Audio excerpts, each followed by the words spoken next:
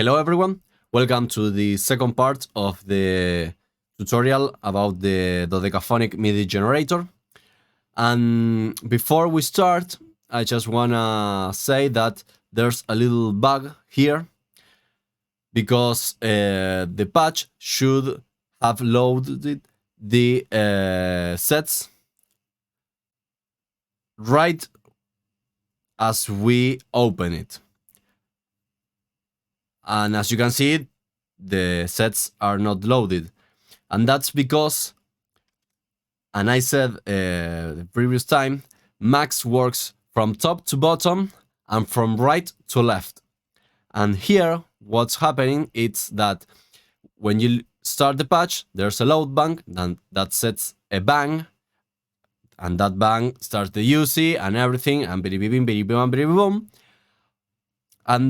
But then, because it works from right to left and from top to bottom, starts here, it goes way all down here, starts all the mechanisms, and then goes from right to left and sets the bang to the set. And the set cleans all the messages. So what is happening is that it's loading the set, and then it's triggering the set that cleans it all. So that's why it doesn't load the sets. So a quick fix to do this is just to put the bang way to the left so that it triggers the bang to the set and then sends the bang to the bang and starts all the sequence. Okay, so with that, we can start the second part, and that is the group division. So here we can see, this 4, 1, 11, and we can see here 4, 1, 11. So in this part, I'm going to explain how or what is my thought process about what to do with the nodes in these sets. So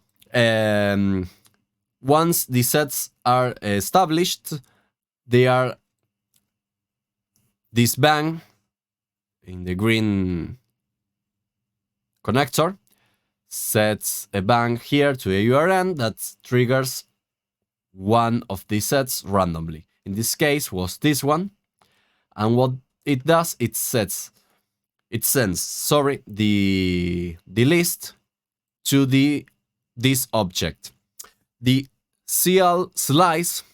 First of all, and just to be clear, the zl objects are used to deal with lists. Just to know, it's very useful. That's why all these parts, because it's about the nodes and the groups and the matrix, it's all using the zl objects. So what the zl.Slice does is, as its name indicates, it separates the list in two parts, defined by the number that you are putting here. If I have said, instead of 6, 7, it will separate the list into the first outlet will be the first 7 numbers or symbols, and the rest would be in the right outlet.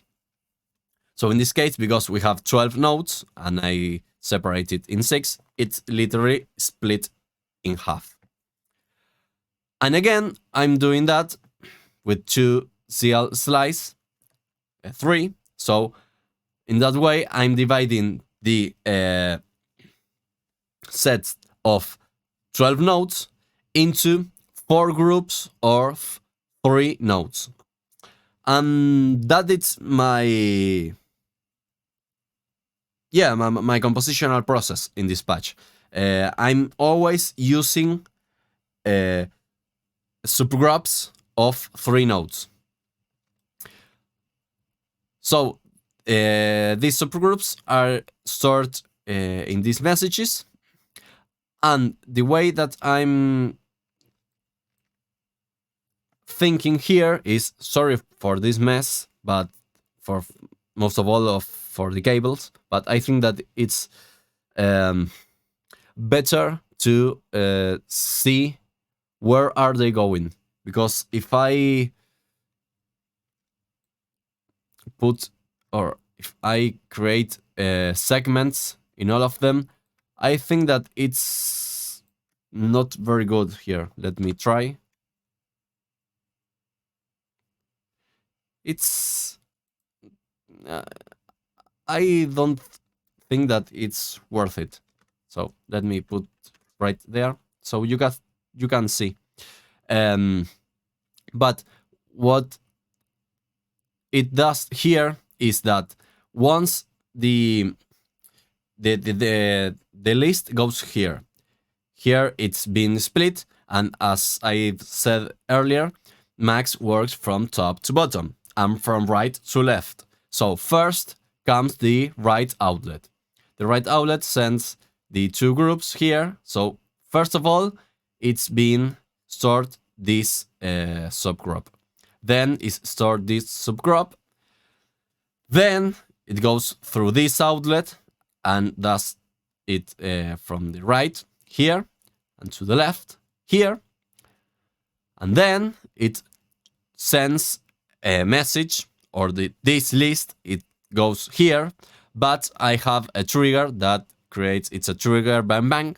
So what it does is anything that goes here triggers, as the object says, 2 bangs. And that is to set this message that sets this counter to 0.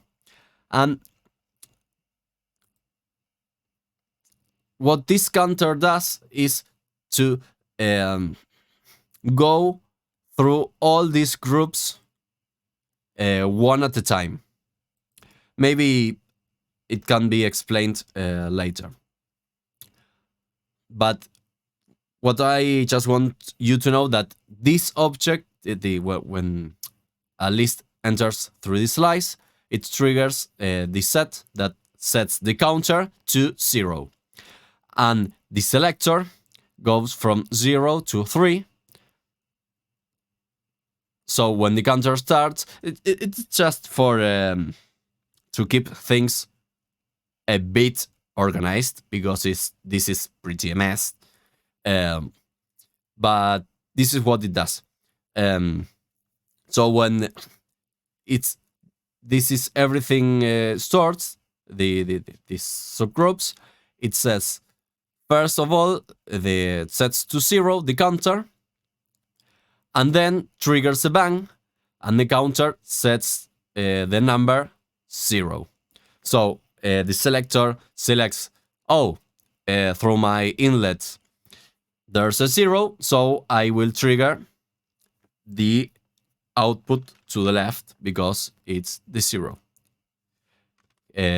This outlet bangs if the input here is 0. So that way it gets this message, or this list, sorry, that is 4, 1, and 11. And this list goes through the unpack, and what it does is literally unpack the list, and it gets stored in an individual message, and in that way I can have the individual nodes. Okay, so we have the nodes. So how can we do to start moving or start passing through the groups? Because I want to my condition was that in order to a group to pass to the other, all the nodes of the subgroups needs to be played. So with that in mind, I used, first of all, it could be this way, could be the one here.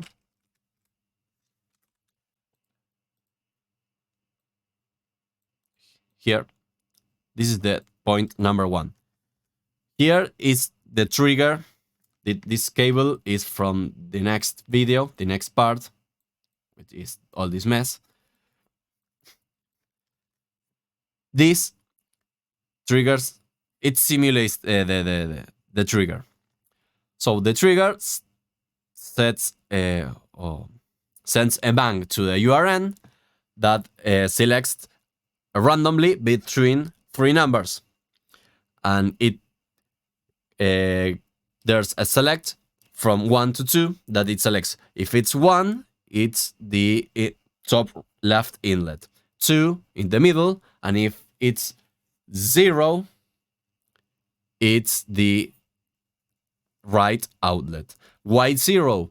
Because the URN starts with the 0. Because here I said that the URN needs to have 3 numbers. Those 3 numbers will be 0, 1, and 2. So when the numbers or the nodes are triggered, they are sent to the counter. That the counter, again, because there's I said that the counter, the top limit is 2, but it starts counting at 0. So there's 0, 1, and 2. So with each message that is triggered here with the URN, there's a counter, and when the counter counts to 3, it sends through the output through the top right here. The top right. No, top right, no. The right, the far right output sends a bang when it gets to the top limit.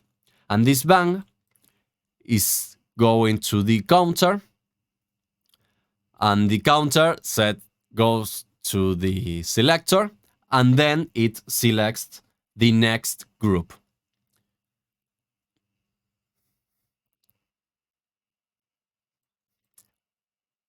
But there's a problem, because when the URN gets to the top, it starts sending random numbers. It stops literally. That's the function of the URN. So in order to avoid that, when the counter gets to the limit, apart from going to the counter going to the other counter, it goes to this message that it's a clear, and what it does, it's literally clearing or resetting the URN. So in that way, I can get the the nodes separated into the nodes being separated from the list here. So let me show you that. Here these are 3 because I have been testing, but it starts at 0. So if I play once, let's debug. There's a 4 here. This number was a 1. And when I hit again, it will triggers this number and will be changing to this subgroup.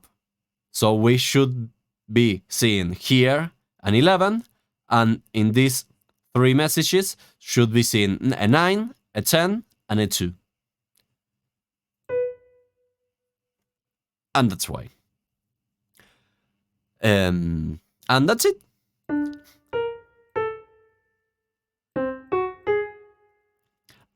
Okay, and what happens when it gets to the last group? What happened? It changes the subgroups. So what is happening here is that there's a counter here that with each message, yeah, here you can see that they are going through here, through this counter. And why is 35? Because that's the number of sets. A set has 12 nodes. So my intention was to change the set every 3 passes.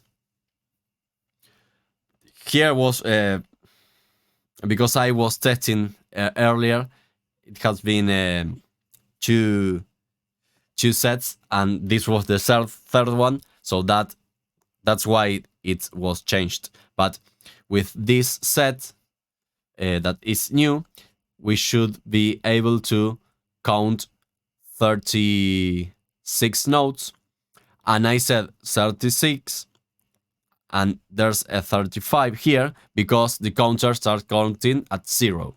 I repeat that because it's a bit tricky. Yes, you could have a +1 in an object, but remember that every object increments the amount of process that the computer needs to do.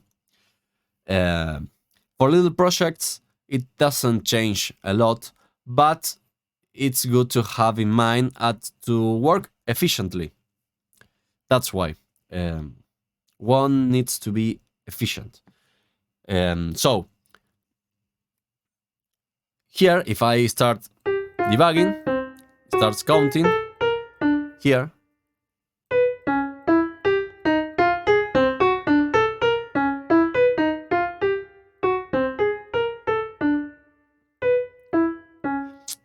And then it changed. When here the counter gets to the last number, it starts counting again. That's why. I wanted to say that, but was changing to the other set, so I had to explain this. So that's why. And sorry, this counter goes, the green connector goes way up to this bang, that this bang sets the URN that selects a random set. And that's pretty much it. There's also a random that I put a bang here because the counter doesn't trigger the random. You need a bang to trigger the random. That's why, that's how Max works. And this random change the seed of the other randoms, because the random differs from the URN because it has the random. It's not a random. It has a very long set of defined numbers, but it can change by the seed. If you have here, that's a debug here, it's seed 10. So when the seed 10 is going through a send object that it's receiving, it's like in another part of the patch, there's no something like this. And what it does, the send and the receive, the send semisha is sending to this receive semisha, and the random gets, if let me delete this and put this. When I touch again, it will trigger. Oh, no.